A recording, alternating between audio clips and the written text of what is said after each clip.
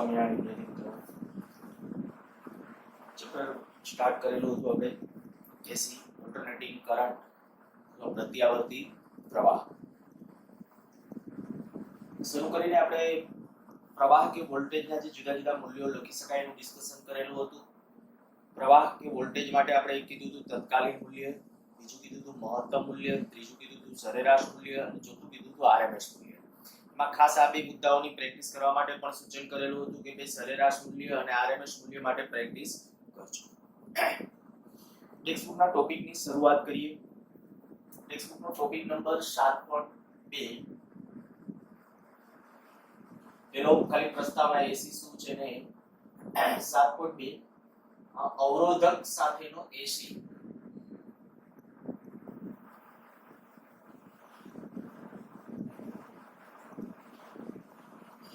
એસી circuit અથવા એસી પરિપથ.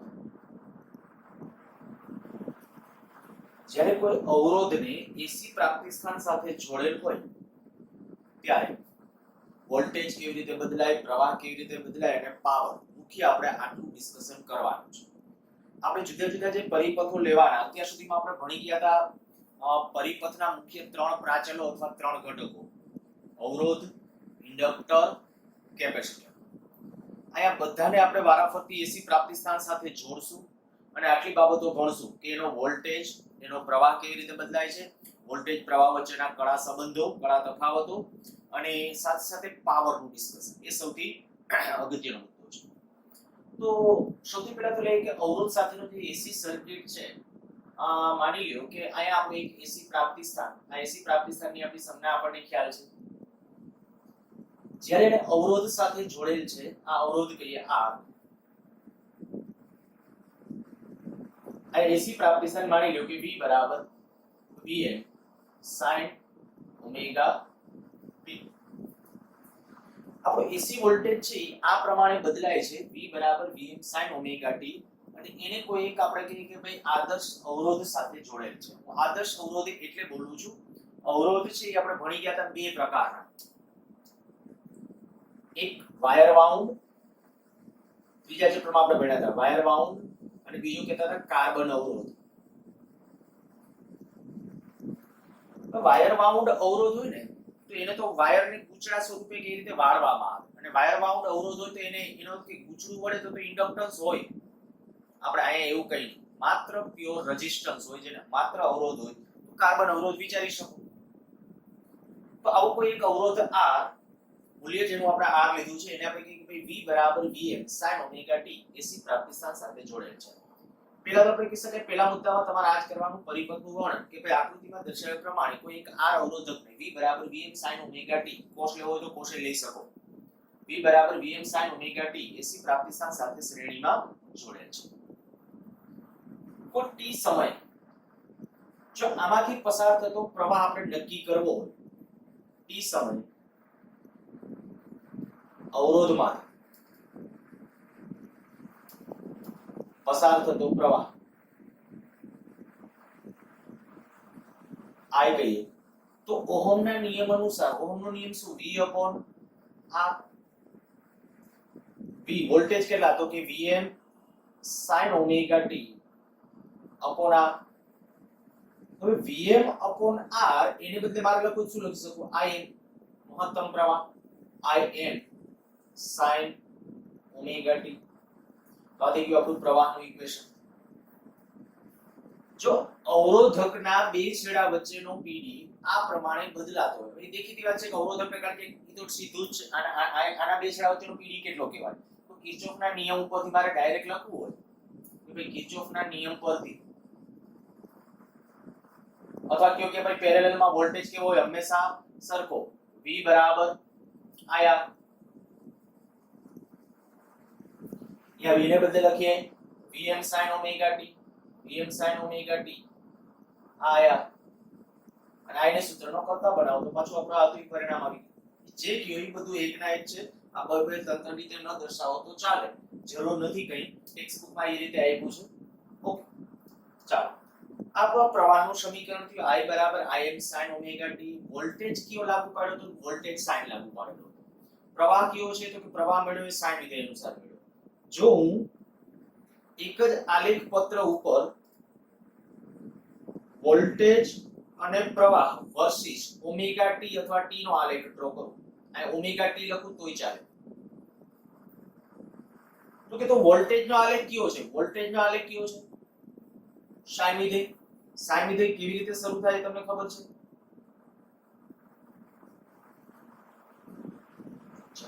આ voltage,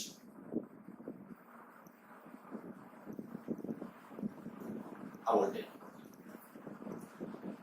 voltage sign વિધેય અનુસાર બદલાય અને વોલ્ટેજ નું મહત્તમ મૂલ્ય કેટલું છે? તો વોલ્ટેજ નું મહત્તમ મૂલ્ય Vm, મીન્સ કે આયા જે હશે એ Vm. પ્રવાહ કયા વિધેય અનુસાર? તો કે એ સાઇન વિધેય અનુસાર એનું મહત્તમ મૂલ્ય કેટલું? તો કે Im. તો હું પ્રવાહનો આલેખ ડ્રો કરું છું.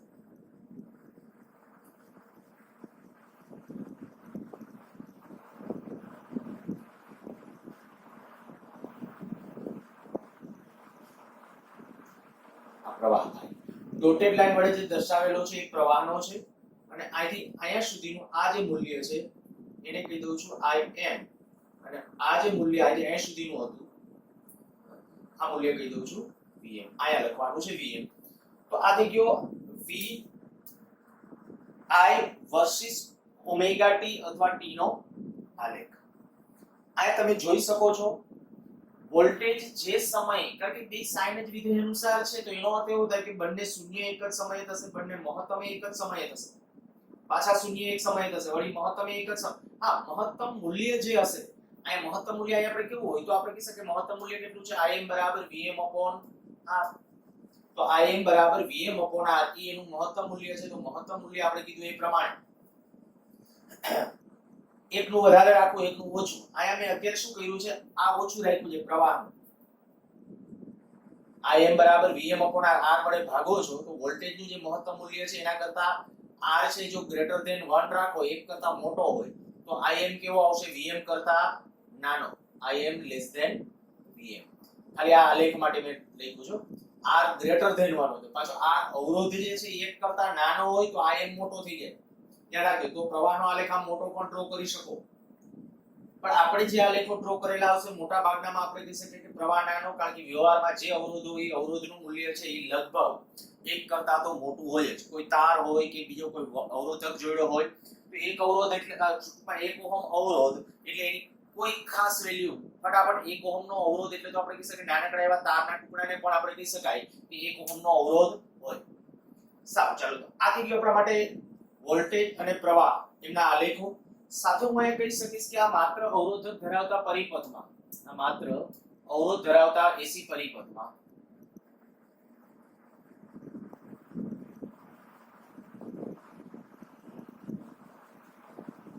વોલ્ટેજ અને પ્રવાહ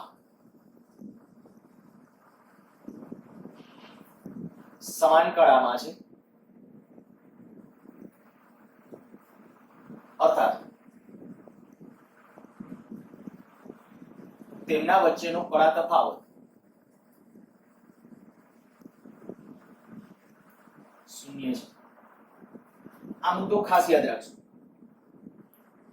માત્ર અવરોધ ધરાવતા પરિપથ માટે વોલ્ટેજ અને પ્રવાહ સમાન કળામાં છે.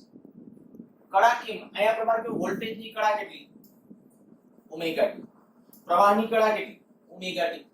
બે સમાન કળામાં છે. માત્ર અવરોધ ધરાવતા પરિપથના કિસ્સામાં આવું આવશે જ. દરેક વખતે અહીંયા કોસ હશે તો અહીંયા કોસ આવશે, સાઇન હશે તો સાઇન આવશે, માઈનસ સાઇન હશે માઈનસ સાઇન આવશે. ટૂંકમાં માત્ર અવરોધ ધરાવતા પરિપથના કિસ્સામાં દરેક વખતે વોલ્ટેજ અને પ્રવાહ બે સમાન કળામાં જ હશે, અર્થાત તેમના વચ્ચેનો કળા તફાવત કેવો હશે? શૂન્ય. કદાચ 2 માર્કમાં એક નાનકડો ક્વેશ્ચન તમને આવો પૂછી શકે કે અવરોધક સાથેના એસી પરિપથની ચર્ચા કરી, પ્રવાહનું સમીકરણ લખો, વોલ્ટેજ અને પ્રવાહના આલેખની ચર્ચા કરો અને કળા તફાવત સમજાવો. તો કળા તફાવત એટલે આટલું બહુ ટૂંકું. બરાબર, કદાચ આ ચેપ્ટરમાં એવું બનશે કદાચ ક્વેશ્ચન થોડો લેન્ધી લાગશે, લાંબો લાગશે, પણ આન્સર ટૂંકો હશે. ક્વેશ્ચનમાં આવું કહેશે કે અવરોધક ધરાવતા માત્ર અવરોધક ધરાવતા એસી પરિપથ સાથે એસી પરિપથ માટે પ્રવાહનું સૂત્ર લખો અથવા પ્રવાહનું સૂત્ર મેળવો, V I વર્સિસ ટી અથવા ઓમેગા ટી નો આલેખ ડ્રો કરો અને વોલ્ટેજ અને પ્રવાહ વચ્ચેનો કળા સંબંધ સમજાવો. તો આ વોલ્ટેજ અને પ્રવાહ વચ્ચેનો કળા સંબંધ. अच्छा बीजू વધારામાં આપણે ચર્ચા કરવી છે એના માટે પાવર માટે. હવે ઓલરેડી મેં આની પહેલા જ્યારે આપણે કહીએ કે ભાઈ લેક્ચર લીધો એ લેક્ચર વખતે તમને થોડી પાવરની વાત કરી દીધી કે અવરોધ ધરાવતા પરિપથમાં પાવર માટે શું કરાય. આ જે એસી પરિપથો હોય ત્યારે એસી પરિપથોના કિસ્સામાં આ સાઇન વિધેય હોય, વોલ્ટેજનું વિધેય સાઇન હોય, તો સાઇન વિધેય એનું એક આવર્તકાળ પરનું સરેરાશ મૂલ્ય કેટલું? 0. સાઇન વિધેય હોય એનું એક આવર્તકાળ પરનું સરેરાશ મૂલ્ય 0. એનો ઇનડાયરેક્ટલી અર્થ શું થાય? તો કે પ્રવાહ અર્ધ આવર્તકાળ સુધી આમ ગઈ તો એમાં ચોથા ભાગ સુધી આપણે જો આનો અર્થ શું થાય? દાખલા તરીકે માની લો કે આ છેડો પોઝિટિવ, જોજો સમજો. આ છેડો અહીંયાથી એમ કે અહીંથી આમ વધતો જાય છે ત્યારે હું એમ કહું કે આ દાખલા તરીકે 0 સ્થિતિ માને છે, આનો સ્થિતિમાન એનું 0, આ વધતો જાય, આ બાજુનો છેડો વધતો જાય, વધતો એટલે પ્રવાહ આમ વહેતો જશે, પ્રવાહ આમ વધતો જશે, પ્રવાહ આ બાજુ કન્ટિન્યુઅસલી આમ વધતો હશે. ક્યાં સુધી વધશે? તો કાંઈ હશે T/4 સુધી. આ T/4 કહેવાય. T/4 સુધી પ્રવાહ વધશે. હજી પ્રવાહની દિશા એ જ હશે પણ પ્રવાહ ઘટવા લાગશે. આયા તો 0 સ્થિતિમાન હતું, આયા ઊંચું સ્થિતિમાન થયું હતું. માની લો કે ઊંચું સ્થિતિમાન એટલે આપણે કહી દઈએ કે ભાઈ આયા આપણે વોલ્ટેજ લીધા Vm જેટલું, તો આયા Vm જેટલું સ્થિતિમાન ઊંચું થયું. હવે શું થયું? તો કે આ અહીંથી શરૂ કરીને આયા સુધી વોલ્ટેજ પાછું સતત ઘટતું જશે અને આયા ફરી પાછું 0 થશે. બે પાછું 0 જેવી આવી જશે. પછી શું થશે? આયા 0 હવે આયા વધતું જશે એટલે સ્થિતિમાન આમ વધશે એટલે પ્રવાહ આમ વહેશે. પછી વળી પાછો પ્રવાહ વળી પાછો એ દિશામાં ઘટવા લાગશે. તો એસી સર્કિટની અંદર સતત પ્રવાહ, આ વસ્તુ ખાસ મગજમાં રાખજો. એસી સર્કિટની અંદર પ્રવાહ સતત એક બાજુ વધશે, ઘટશે, બીજી બાજુ વધશે, ઘટશે, કન્ટિન્યુઅસલી. અને આ પ્રક્રિયા જો આપણા ઘરના એસી વોલ્ટેજ માટે હોય તો 1 સેકન્ડમાં 50 વખત પુનરાવર્તન થાય. 1 સેકન્ડમાં 50 વખત એટલે કેટલી સ્પીડમાં ઈ ઓલ્ટરનેટ થાય છે ઈ ધ્યાન રાખજો. ઈ ફ્રીક્વન્સી ઉપર ઘણો બધો આધાર છે. હું તમને આવી રીતે આમ કહેવામાં આવે, આવી રીતે કંઈક પ્રશ્ન પૂછાયેલો છે. આમ લખું, એક સમાન મૂલ્યના એસી અને ડીસી પૈકી કયો વધુ ખતરનાક ગણાય?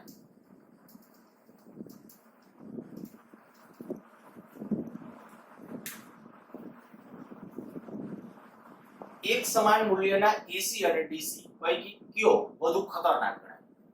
હવે એક સમાન જો હું આરએમએસ મૂલ્યના સંદર્ભમાં બોલું છું, આરએમએસ મૂલ્યો બેના સરખા. અને આ એક જ વસ્તુ સમજો ખાસ, જ્યારે હું એમ કહી દઉં ને ગમે ત્યારે સર્કિટની અંદર દાખલા તરીકે આવો કોઈ સર્કિટ આપી દીધો, આ સર્કિટ આપણને આવી રીતે આમ આપી દીધું છે માની લ્યો, અને આ લખી નાખું 220 વોલ્ટ, અહીંયા 2 ઓહમ અવરોધ, એટલે સમજવાનું કે આ આરએમએસ મૂલ્ય છે. કાઈ ન ઉલ્લેખ કર્યો હોય, ખાલી એમ કીધું કે 220 વોલ્ટ એસી પ્રાપ્તિ સ્થાન સાથે જોડેલ છે, તો 220 વોલ્ટ ઈ કયો વોલ્ટેજ સમજશું? આરએમએસ વોલ્ટેજ સમજશું. ધ્યાન રાખજો, આવનારા દિવસોમાં જ્યારે આપણે એમસીક્યુ કે દાખલા સોલ્વ કરતા હશું ત્યારે સીધું રકમમાં આવું જશે કે એક અવરોધને આટલા એસી વોલ્ટેજ લાગુ પડે તો એ એસી વોલ્ટેજ એટલે કયા મૂલ્યનું સમજવાનું? એનું આરએમએસ મૂલ્ય. હવે રિયલમાં જો એસી નું આરએમએસ મૂલ્ય એટલે આઈ મેં લખ્યું એક સમાન મૂલ્યના એસી અને ડીસી, તો એસી નું આરએમએસ મૂલ્ય સમજવાનું અને ડીસી તો એક ધારો છે. જો બે સમાન હોય તો કયો વધુ ખતરનાક થાય? તો કે એસી. શું કામ? તો કે આરએમએસ મૂલ્ય બેના સરખા છે, પણ જરાક વિચાર તો કરો કે મહત્તમ મૂલ્ય કેનું વધી જશે? તો કે મહત્તમ મૂલ્ય 141% જેટલું. આપણે આરએમએસ મૂલ્ય વાળી થિયરી કરી દીધી, Vrms = Vm/√2.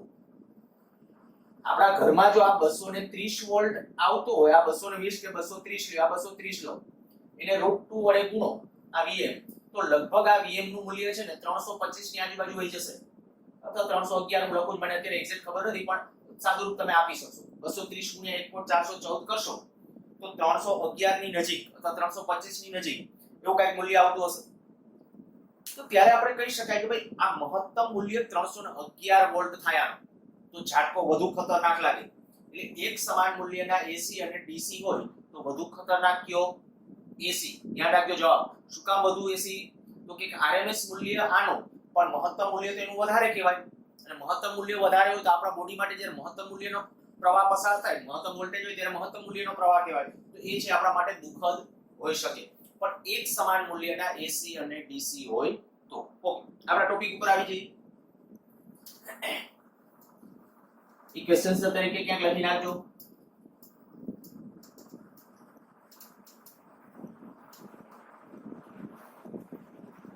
આપણે હવે જે ડિસ્કશનમાં જઈએ છીએ પાવર માટે, અને મેં કીધું કે હવે તમે આટલું મગજમાં રાખશો.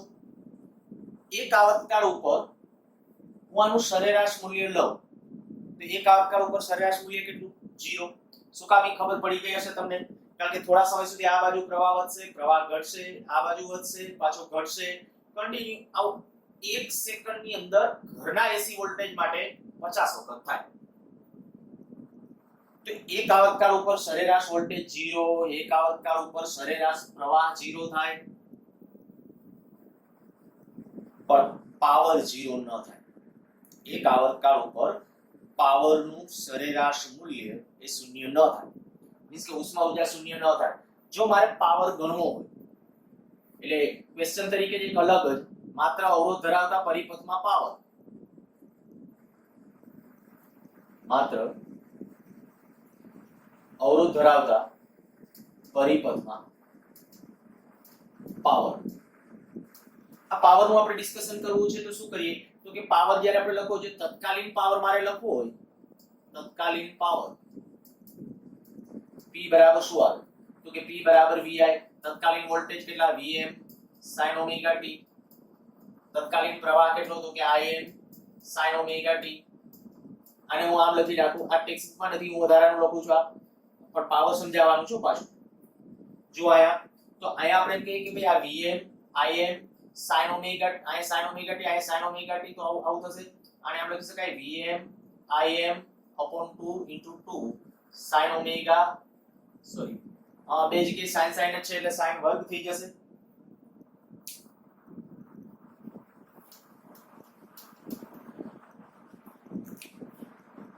Vm Im sin વર્ગ ઓમેગા.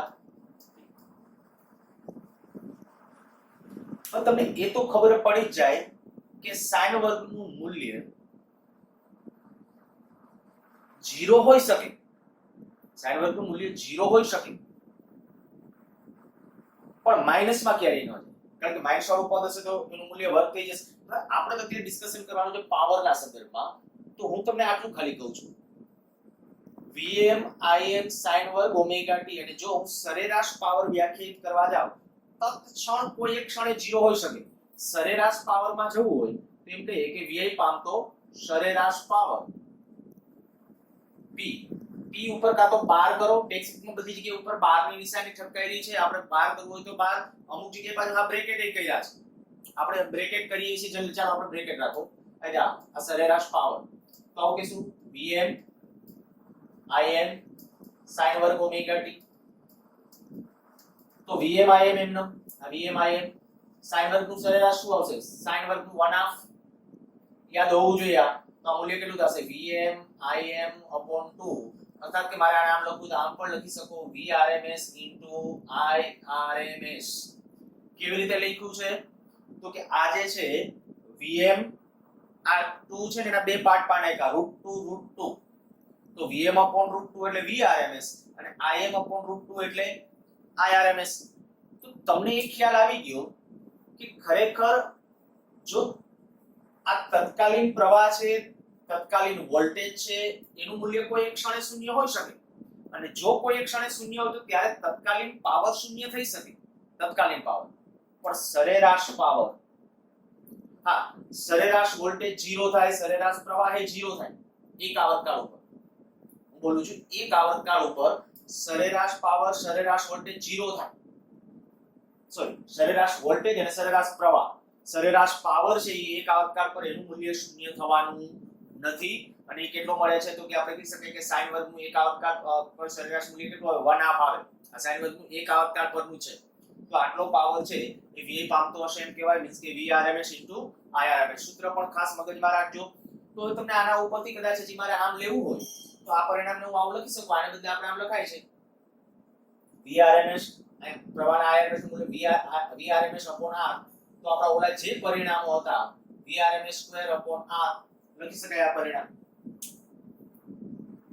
તો આ થયું માત્ર અવરોધ ધરાવતા પરિપથ માટે પાવરનું ડિસ્કશન. ખાસ બીજી એક વસ્તુ અહીંયા મગજમાં રાખી લઈએ. હવે તમને આના ઉપરથી આ તો ખ્યાલ આવી જ ગયો કે જો આ Vrms છે એને હું લખું Irms r તો શું થશે? પાવર p બરાબર i2r. પાવર p બરાબર i2r. એટલે આપણા માટે માત્ર અવરોધ ધરાવતા પરિપથ માટે જો મારે પાવર હજી બીજી રીતે લખવો હોય તો પાવર p બરાબર આ જે સમીકરણ છે Vrms Irms, આને બદલે આમ લખું Irms r અને પાછું Irms, તો આમ પણ આ પરિણામ પણ સાચું છે. ટૂંકમાં જ્યારે અવરોધ ધરાવતા પરિપથના કિસ્સામાં પાવર લખવો હોય તો પાવરનું સમીકરણ શું? તો તત્કાલીન પાવર આપણે જાણો, તત્કાલીન પાવરની બહુ કોઈ વેલ્યુ પણ નથી. તત્કાલીનની કોઈ બહુ વેલ્યુ નથી, કારણ કે 1 સેકન્ડમાં જે 50 વખત પ્લસ માઇનસ થતું હોય, 1 સેકન્ડમાં 50 વખત, તો શું તમે એ માપી શકવાના? તો કે નહીં. તો તમને તો જે ઇફેક્ટ દેખાવાની સરેરાશ જ છે, તો સરેરાશ પાવરની એની વેલ્યુ છે. અને જ્યારે માત્ર અવરોધ ધરાવતા પરિપથમાં પાવર લખવો હોય તો પાવર p બરાબર Irms2 r. અને આને આમ ન લખવું હોય, હું તમને બીજી રીતે કહું, ટેક્સ્ટ બુકમાં જે લખ્યું છે આ પૂછી નાખું છું.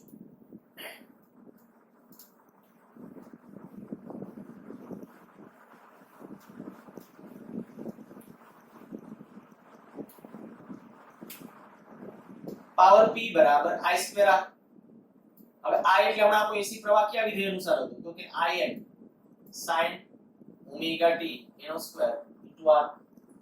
તો im2 sin વર્ગ omega t r. આ જે પાવર આવ્યો એ તત્કાલીન પાવર છે, કારણ કે મેં અહીં તત્કાલીન પ્રવાહ મૂક્યો છે. યાદ રાખજો, આ તત્કાલીન પ્રવાહ પાવર છે. આ બધાને ખબર પડતી હોય છે હું તત્કાલીન પાવર ક્યારે બોલું છું. સર તત્કાલીન મૂલ્યો મૂકો, પાવર p બરાબર i2r લખ્યું, એમાં i નું જો તત્કાલીન મૂલ્ય, આ તત્કાલીન મૂલ્ય કહેવાય, એ તત્કાલીન મૂલ્ય મૂકવું i નું, તો તત્કાલીન પાવર મળે. હવે મારે એનું સરેરાશ પાવર મેળવવો તો એમ કહેવાય કે સરેરાશ પાવર, તો સરેરાશ પાવર p બરાબર, તો p ઉપર બાર કરો તો વાંધો નથી, તો આને આપણે સરેરાશ im2 sin વર્ગ omega t r. તો અહીંયા આપણે લખી શકાય im2 r અચળ અહીંયા sin વર્ગ omega t, sin વર્ગ omega t નું સરેરાશ શું? તો 1/2. તો im2 r અહીંયા 1/2 કેટલું આવી જશે? આ 1/2 છે, અહીંયા આપણે લખો છો તો આને મારે આમ લખવું તો લખી શકાશે, કારણ કે Irms એટલે શું થાય? પરંતુ Irms બરાબર Im/√2. તો આનો વર્ગ કરો, આનો વર્ગ કરો એટલે આ વર્ગ થઈ જાય કે નહીં? તો એની અર્થ એવો થઈ જાય કે માટે સરેરાશ પાવર p બરાબર શું લખી શકાશે? Irms2 r. તમને જે રીત અનુકૂળ આવે એ રીતે પાવર પ્રૂવ કરવાની છૂટ. 2 માર્ક માટે અલગથી આવો ક્વેશ્ચન પૂછી શકે છે. માત્ર એસી પરિપથ સાથે અથવા માત્ર અવરોધક સાથેના એસી પરિપથ માટે પાવરની ચર્ચા કરો. તો આ થઈ ગઈ આપણી પાવરની ચર્ચા. ધ્યાન રાખજો, જેમ પાવર 0 નથી એમ ઊર્જા પણ 0 ન હોય, કારણ કે પાવર એટલે શું છે? તો કે એકમ સમયમાં ઊર્જા. તો આયા અવરોધની અંદર વ્યય પામતી ઊર્જા પણ શૂન્ય ન થાય. તમને કન્સેપ્ચ્યુઅલ ક્વેશ્ચન તરીકે પણ આવા ક્વેશ્ચન બનાવીને પૂછી શકે કે માત્ર અવરોધ ધરાવતા પરિપથ માટે એક આવર્તકાળ દરમિયાન વ્યય પામતી ઉષ્મા છે એ શૂન્ય હોય છે. તો ધ્યાન રાખજો, એક ખોટું, ઉષ્મા એક આવર્તકાળ દરમિયાન પાવર શૂન્ય નથી એનો ઇનડાયરેક્ટલી અર્થ એ થઈ ગયો કે ઉષ્મા પણ શૂન્ય નથી. કારણ કે ઉષ્મા એની વ્યાખ્યા તમારા ઉષ્મા એટલે અથવા પાવરની વ્યાખ્યા તો એકમ સમયમાં ઉદ્ભવતી ઉષ્મા, તો t સમયમાં જેટલો પાવર ગુણ્યા સમય કરી નાખો એટલે તમે તરત કહી શકો ઉષ્મા ઊર્જા મળશે. સારું, તો આ વાત થઈ ગઈ આપણે અવરોધ ધરાવતા પરિપથ માટે. આથી પછી અવરોધ ધરાવતા પરિપથની અંદર જે ટેક્સ્ટ બુકની અંદર છે એક ડિસ્કશન કરીને છે RMS મૂલ્યને એ સમજાવેલું છે. મેં લાસ્ટ લેક્ચરમાં સમજાવી દીધું હતું તમને. ખાલી એકવાર ઝડપથી મૂલ્યોની લખી જાઉં છું. RMS મૂલ્ય, પ્રવાહનું RMS મૂલ્ય જોઈતું હોય, વોલ્ટેજનું RMS મૂલ્ય જોઈતું હોય તો આપણને ખ્યાલ છે Irms બરાબર શું થશે? તો કે Im/√2. હવે આ પ્રૂવ નથી કરતો, બધાને ખ્યાલ જ છે, પણ આની એક સંજ્ઞા છે, ખાલી I પણ લખાય છે ઘણી વખત. એટલે NCERT માં ઘણી વખત I આપણે જ્યારે લખીએ ત્યારે Irms સમજવું બરાબર આપણે જે પરિપથની અંદર એમ કે પરિપથમાં પ્રવાહ આટલો છે તો એસી પ્રવાહ માટે આટલો પ્રવાહ છે તો એનો ઇનડાયરેક્ટલી અર્થ આપણે શું કરશું એ હવે તમારા મનમાં ચિત્ર ક્લિયર હોવું જોઈએ બરાબર તો એસી પ્રવાહ માટે આપણે જ્યારે કહીએ I અથવા IRMS બે એક જ છે અને એનું મૂલ્ય કેટલું હોય તો મેં ત્યારે લખ્યું હતું 0.7071 IN એટલે કે 70.71% અને એનાથી ઊંધું લખો તો IM બરાબર શું થશે 1.414 IRMS ડાયરેક્ટલી કેટલાક પ્રશ્નો છે સોલ્વ કરવા માટે સીધું તમને એમ કીધું કે આપણા ઘરમાં જે એસી વોલ્ટેજ આવે છે એ દાખલા તરીકે તમને આવું કહી દીધું કે √2 √200 અમારે √200 એમ્પિયર છે તો એનું મહત્તમ મૂલ્ય કેટલું તો ફટાફટ અહીંયા આવડી જાય અહીંયા IM ની જગ્યાએ આપણે સોરી IRMS ની જગ્યાએ કેટલું લખશું √2 આ √2 ગુણ્યા 2 તો 400 થઈ જશે √400 એટલે 20 તો તરત કહી શકો મહત્તમ પ્રવાહ આટલા એમ્પિયર છે આપણા ઘરમાં 230 વોલ્ટ એસી આવે છે તેનો અર્થ તો કે એનું આરએમએસ મૂલ્ય કેટલું થશે વીઆરએમએસ બરાબર કેટલું તો કે Vm / √2 તો આના ઉપરથી લખું કે ભાઈ Vm બરાબર શું લખશો Vrms * √2 તો Vrms એટલે 230 ગુણ્યા √2 એટલે આ જે આવે એ 311 પોઈન્ટ સમથિંગ જે આવતું હોય તે તો Vm બરાબર 311.6 કે બે વખત છે તો આટલા વોલ્ટ માની લો કે આ વોલ્ટેજ નું મહત્તમ મૂલ્ય છે કંઈ આટલું છે આ એનો ખાલી ટેકનિકલ અર્થ છે આ રીતે બધા માટે હવે લખી શકો છો વોલ્ટેજ માટે પણ લખી શકો વોલ્ટેજ નું આરએમએસ મૂલ્ય જે આપણે વૈજ્ઞાનિકના સંદર્ભમાં ભણ્યા હતા એ બધી વસ્તુ આયા સાચી છે તો એ આરએમએસ મૂલ્ય વાળો એક ટોપિક પણ છે જરાક ટેક્સ્ટબુકમાં તમારી રીતે પાછું જોઈ લેજો અમે પ્રૂવ કરાવી દીધું હતું કઈ રીતે પ્રૂવ કરવાનું હતું એ ખ્યાલ છે મેં સીધું ખાલી સંબંધો એમસીક્યુ માટે કામ આવે એટલા માટે લખ્યા છે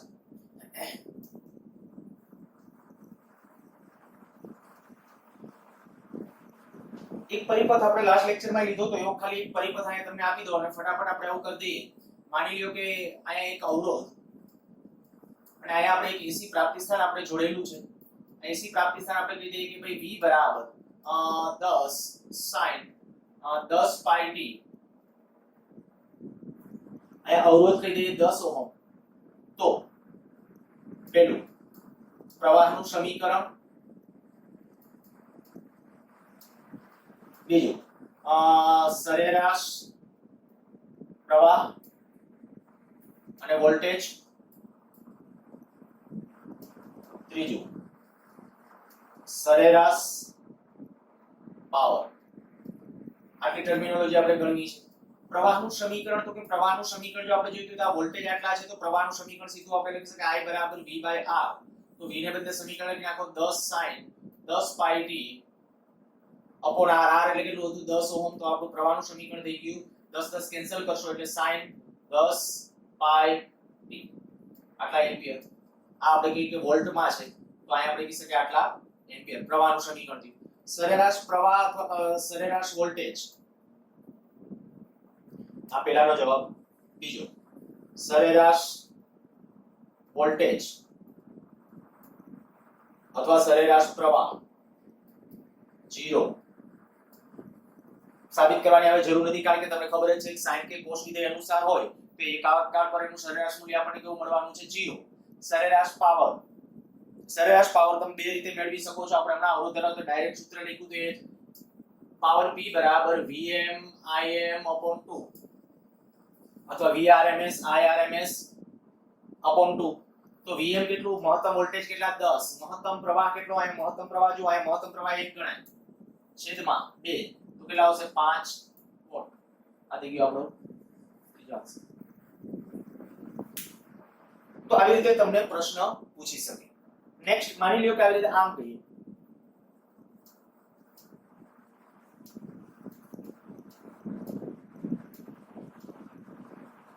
I બરાબર 5 sin 100 pi t અવરોધ છે 10 ઓહમ તો અહીં આપણે કહેવામાં આવે કે ભાઈ પેલું વોલ્ટેજ લાગુ પાડેલા વોલ્ટેજ નું તત્કાલીન મૂલ્ય આરએમએસ મૂલ્ય, સરેરાશ મૂલ્ય, સરેરાશ એટલે એક આવકકાળ પર સમજવું, અને બીજું કહી દઉં વ્યય પામતો પાવર, વ્યય પામતો પાવર. તો આની જેમ જ ટોટલી આની જેમ જ આપણે ગણવાનું છે. પહેલા તો કે પ્રવાહનું જે સમીકરણ, આટલા પ્રવાહ છે હું એમ્પિયરમાં ગણી લઉં છું, બરાબર. આ પ્રવાહનું જે સમીકરણ આપ્યું છે, તો હવે જે સંબંધ આપણો છે એ જ વોલ્ટેજ V બરાબર શું થશે, આયા. તો આ એટલે શું, 5 sin 100 pi t. અવરોધ R કેટલો છે, R એટલે 10 ઓહમ, તો આ 10 આની એટલે 10 5 50 sin 100 pi t આટલા વોલ્ટ. તો આ થઈ ગયા આટલા વોલ્ટ. આ વોલ્ટેજનું મૂલ્ય, આ તત્કાલીન મૂલ્ય કહેવાય, લાગુ પાડેલા વોલ્ટેજનું તત્કાલીન મૂલ્ય થયું.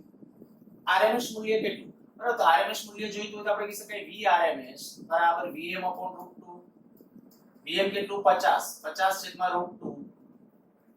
એટલે આને તમારે લખવું હોય તો આવું લખી શકશો 25√2 વોલ્ટ.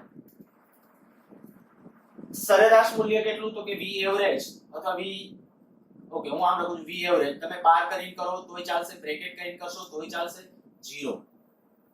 સરેરાશ મૂલ્ય એટલે એક આવકકાળ પર સમજવાનું. પછી પાવર, જો વ્યય પામતો પાવર, આ પહેલા મુદ્દાનો જવાબ હતો. બીજો મુદ્દો વ્યય પામતો પાવર, તો પાવર P બરાબર Vm Im/2. Vm કેટલું, તો કે વોલ્ટેજનું મહત્તમ મૂલ્ય 50, પ્રવાહનું મહત્તમ મૂલ્ય 5 ભાગ્યા 2, તો 125. તો આવા સિમ્પલ પ્રશ્નો જો તમને પૂછાય તો આ બધા પ્રશ્નો આવડે એવા છે અને ગણી શકો.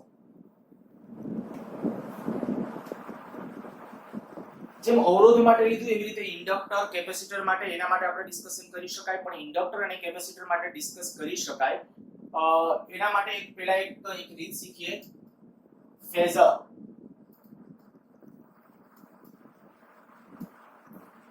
ફેઝર એટલે એની વ્યાખ્યા આપી તેમ કહેવાય કે ઘૂમતો સદિશ, એક કાલ્પનિક સદિશ. ટૂંકમાં મેથેમેટિકલ પોષણ એ ખૂબ સેલો બને એવો આપણો એક પ્રયત્ન. જ્યારે વોલ્ટેજ અને પ્રવાહ, માની લો કે હું તમને એમ કહું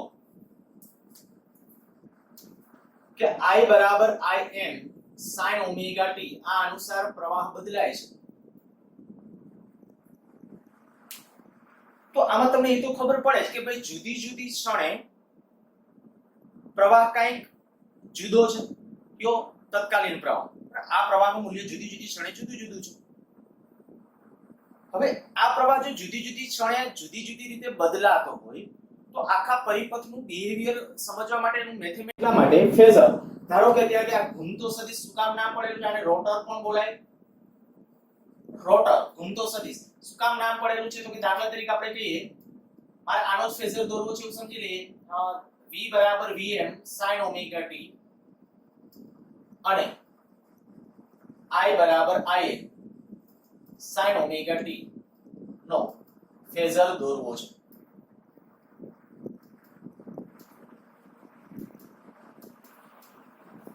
ફેઝર દોરવો એકદમ સિમ્પલ અને સરળ. જે આપણી યામ પદ્ધતિ જેમ લઈએ છીએ એમાં x અક્ષ અને y અક્ષ, આપણી x અક્ષ, આ y અક્ષ.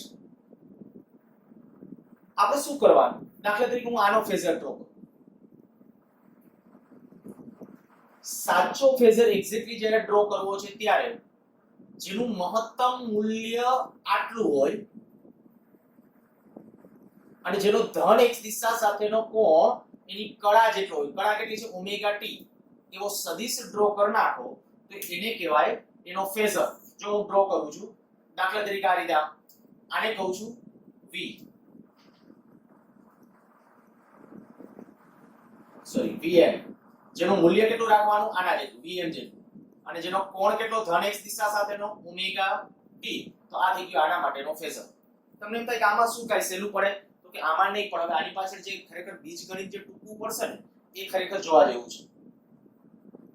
V બરાબર Vm sin ઓમેગા t, આ તો સદિશ દોરો એવું લાગે છે, પણ સદિશ નામ ન અપાય. એટલા માટે નામ ન અપાય કે આ વોલ્ટેજ, પ્રવાહ બધી રાશિ અદિશ રાશિ છે, પણ બધું વર્ક તમે સદિશની જેમ કરવાના છો એના માટે.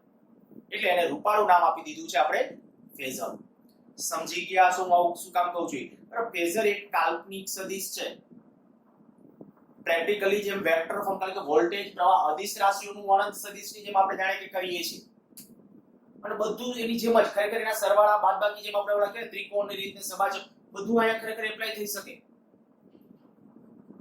પણ એ વસ્તુ અદિશ માટે હોવાથી આપણે એને કાલ્પનિક સદિશ. અને જો સાથે પાછું હવે તમે આ સમજી શકો આને રોટર અથવા ઘૂમતો સદિશ શું કામ, તો કે સ્વાભાવિક રીતે કહી શકો કે ભાઈ આ સદિશ સમય કોઈ દિવસ અટકે નહીં, સમય સતત વધે.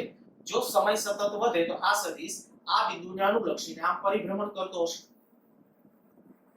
આ ઉગમ બિંદુને અનુલક્ષીને આ સદિશ સતત આમ રોટેટ થતો હશે, એટલે એને રોટર બોલાય અથવા ઘૂમતો ગરબે ઘૂમતો સદિશ. જેમ ગરબા આપણે કે પ્રણાલીગત રીતે ગરબા હોય તો એની અંદર વચ્ચે માતાજીની પ્રતિમા હોય અને આજુબાજુમાં બાળકો રમતી, બાળકો રમતા હોય વાત જુદી છે, પણ આયા કે મોટા ભાગે આપણે પ્રણાલીગત ગરબી તો એની અંદર વચ્ચે માતાજીની પ્રતિમા અને આજુબાજુમાં ઘુમરા લેતા હોય, તો એની જેમ આપણો આ સદિશ છે ઘુમરે ચડેલો છે અને ચોક્કસ એક ઓમેગા જેટલી ઝડપથી, કેટલી ઝડપથી? ઓમેગા જેટલી કોણીય ઝડપ. આની કોણીય ઝડપ હોય એમ કહો ફરવાની, તો ઓમેગા ઝડપ અચળ. આ સતત ઓમેગા જેટલી ઝડપથી બસ આ સદિશ આમ રોટેટ જ થયા કરશે. હવે જો તમે એ વખતે આના આ જે vm છે, vm ના બે ઘટકો પાડો. vm નો આ બાજુનો જેમ સદિશની જેમ જ કરવાનું, આ બાજુનો ઘટક કયો આવશે? cos, પણ આ બાજુનો ઘટક કયો આવે? sin. આયા જે આવશે આજે અહીં સુધીનું મારું મૂલ્ય આ કેવું હોય? vm નો આ બાજુનો ઘટક કયો આવશે? vm sin omega t. એમ લખું છું vm sin omega t. જો જે તત્કાલીન મૂલ્ય છે કહેવાય આ vm sin omega t, તો આપણું તત્કાલીન મૂલ્ય હતું v નું. તો આનો અર્થ એવો થાય કે ફેઝરની મદદથી એક સરળ બની જશે. આ સદિશને તમે આમ અચળ ઝડપે આમ ઘુમાવતા જાઓ અને એની ટોચમાંથી તમે y અક્ષ પરનો પ્રક્ષેપ દોરશો ને, આની ટોચમાંથી y અક્ષ પરનો પ્રક્ષેપ દોરશો ને તો sin વિધેયનું તમને તત્કાલીન વિધેય મળશે. એટલે વોલ્ટેજનું પણ sin વિધેય સ્વરૂપ. કદાચ વોલ્ટેજ cos વિધેય અનુસાર બદલાતો હોય તો i નો પ્રક્ષેપ લેવાનો. આયા વોલ્ટેજ આ cos વિધેય અનુસાર આપું તો i નો પ્રક્ષેપ લઈ લેવાનો, અને sin વિધેય અનુસાર આપ્યો છે તો i નો પ્રક્ષેપ લીધો. હવે આ સદિશ સતત આમ ભૂમિમાં રાખી આમ ઇમેજિનેશન કરો. આ સદિશ અહીંથી પછી અહીંયા આવશે તો અહીંયા પહોંચશે ને તો આ સદિશ અહીંથી આમ થશે, પછી સુધી આ સદિશ પાછો અહીંથી આમ આવશે તો આમ આવશે એટલે વળી અહીંયા ક્યાંક પહોંચશે એટલે વળી પાછો અહીંથી આમ લંબાત તો વળી આ ગઈટો ત્યાંથી આમ કરીને આમ આવશે તો આ 0 થઈ ગયો ઘટક, વળી અહીંથી આમ આવશે તો આ ઘટક આમ ઋણમાં વધશે. કન્ટિન્યુ ટુકા આનો આ અક્ષ પરનો પ્રક્ષેપ લેશું. અને જો હજી એના માટે હું દાખલા તરીકે અહીંયા બાજુમાં એક આલેખ ડ્રો કરું જો વોલ્ટેજનો, તો શું થશે? તો માની લ્યો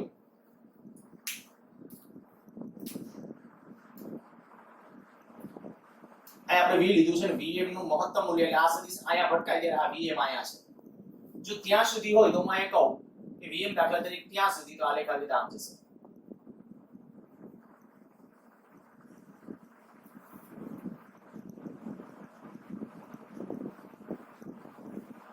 ખાલી સમજાય એટલા માટે થોડું મોટું કહ્યું છે. આવું સમજી લઈએ કે આ સદિશ આખું એક પરિભ્રમણ કરે ને, જ્યાં અહીંથી શરૂ કરીને આખું એક પરિભ્રમણ પૂરું કરે ને ત્યારે જો માની લો કે આ સદિશ જ્યારે અહીંયા છે, આ સદિશ એટલે કે મીન્સ કે આનો ફેઝર અહીંયા છે તો એનો y અક્ષ પરનો પ્રક્ષેપ 0, y અક્ષ પરનો પ્રક્ષેપ 0. હવે આમ ગયો અહીંયા પહોંચ્યો તો એનો અહીંયા y અક્ષ પરનો પ્રક્ષેપ કંઈક હશે, જેટલો હશે અહીંયા ટપકું કરો. વળી પાછો થોડોક આમ ગયો સદિશ તો વળી ટપકો જ્યાં પહોંચ્યો આમ પહોંચ્યો તો એનું ટપકો આમ લેતા જાઓ અને પછી શું થશે? જ્યારે અહીંયા દાખલા તરીકે અહીંયા પહોંચ્યો આ સદિશ આ એક્ઝેક્ટલી અહીંયા પહોંચ્યો, અહીંયા પહોંચશે ત્યારે પછી મહત્તમ મૂલ્ય, તો આ મહત્તમ મૂલ્ય જો એક્ઝેક્ટ નું મહત્તમ. હવે શું થશે? હવે અહીંયાથી આમ જશે એટલે વળી પાછો ટોચ ઉપર આમ નીચે આ બાજુ આમ, તો અહીંયા આપણે કહી શકાય આ બાજુ હવે ભાગ જતો જશે. અહીંયાથી આમ કન્ટિન્યુ આમ જશે તો પાછો અહીંયા આપણે આ જે મેં વોલ્ટેજ જે લીધો છે એવી રીતે તમે પ્રવાહ પણ દોરી શકો. અચ્છા પ્રવાહ, તો કે પ્રવાહનો ફેઝર આમ આવશે. પ્રવાહ હું નાનો રાખું છું, અહીં કે જો im આમાં કારણ કે જો મૂલ્ય કેટલું પ્રવાહનો ફેઝર આપણે ડ્રો કરવો હોય તો એનું મૂલ્ય કેટલું? પ્રવાહનું મહત્તમ મૂલ્ય છે im, તો im જેટલી લંબાઈનું તીર દોરવાનું, કોણ કેટલો રાખવાનો? Omega t. તો બેનો સરખો છે. હવે વિચારો જોઈએ કે આ બે એકી યાર આમ ફરતા હોય, આ બે ક્યાં આ એક વોલ્ટેજ છે, માની લો આ વોલ્ટેજ છે અને એની આનાથી નીચે આયા પ્રવાહની ટોચ છે, આને અનુરૂપ આ અત્યારે આવી રીતે સમજી લે કે આ વોલ્ટેજ અહીંયા સુધી છે, આ પ્રવાહ છે, અને અહીંયા વોલ્ટેજની ટોચ છે, અહીંયા પ્રવાહ, અને આ બે ભ્રમણ કરતા હોય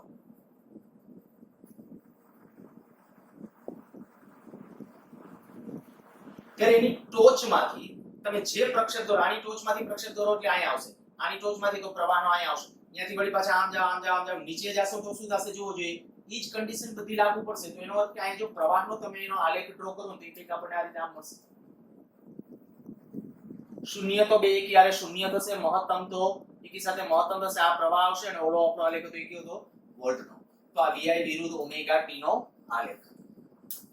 ફેઝરનો પ્લસ પોઈન્ટ આ છે જ્યારે એના હું તમને અચ્છા કદાચ તમને MCQ માં પૂછે કે ફેઝરનો ઉપયોગ શું, તો આનો ઉપયોગ શું, તો કે વોલ્ટેજ અને પ્રવાહ એસી પરિપથમાં વોલ્ટેજ અને પ્રવાહ વચ્ચેનો કડા તફાવત સહેલાઈથી નક્કી કરવા. કડા તફાવત અથવા કડા સંબંધ, ગમે સંબંધ નક્કી કરવો બીજી કોઈ રીતે તોય ચાલે. કડા તફાવત સહેલાઈથી નક્કી કરવા માટે. સારું, ફેઝરમાં આપણે જાજુ નથી ભણવાનું, જેટલી જરૂરિયાત આવશે એટલી હજી આગળ જતા છે હું તમને આમાં એડ કરીને આપતો જઈશ. પણ અત્યારે ફેઝર એટલે ખાલી આટલું મગજમાં રાખો, ફેઝર એટલે ઘૂમતો સદિશ. જે શું કરે છે તો કે સંદર્ભ બિંદુના અને દોરવાનો કે ફેઝર, તો કે ફેઝર દોરતી વખતે ગમે એક આયા વિધેય આપણે દાખલા તરીકે આવું આપી દીધું v = 100 sin 10t. તો શું કરવાનું, જેની કોણીય ઝડપ કેટલી લેવાની, આટલી 10 જેટલી, 10 રેડિયન પર સેકન્ડ એટલી કોણીય ઝડપથી ભ્રમણ કરતો એવો સદિશ લેવાનો. તો એનો કોણ કેટલો, કોઈ t સમયે તો કે 10t જેટલો કોણ હોય, મૂલ્ય કેટલું 100 સેન્ટીમીટર રાખો, 100 લંબાઈ. આપણે આ જે કે આ વોલ્ટેજ એનો એકમ વોલ્ટ છે, તો તમે 100 સેન્ટીમીટર લંબાઈનું તીર દોરો, 100 નો ડ્રો કરવો હોય 10 સેમી નું દોરો ચાલે, પણ પછી ઇક્વિવેલન્ટ રાખવું. ટૂંકમાં આમ કે 100 વોલ્ટ માટે તમે 10 સેમી રાખો તો 200 વોલ્ટ હોય તો 20 સેમી પછી લેવું પડે, એ ધ્યાન રાખવાનું. બસ એ ફેઝર થઈ જાય. અને ફેઝર શું છે, કેવી રીતે આપણને વ્યાખ્યા આપશે કે સહેલાઈથી તત્કાલીન મૂલ્ય આપશે. સહેલાઈથી તત્કાલીન મૂલ્ય કેવી રીતે, તો કે તમારે જો y અક્ષ પરનો પ્રક્ષેપ લેશો તો sin ઘટક મળી જશે, એટલે sin પ્રકારના વિધેયો હશે તો મળી જશે. ફેઝરની મદદથી સરવાળા બાદબાકી પણ થઈ શકે, પણ એની જ્યારે જરૂર પડશે ત્યારે વધારે. ટૂંકમાં નેક્સ્ટ ટોપિક થી શરૂઆત કરશું, અત્યારે આયા અટકાવું છું.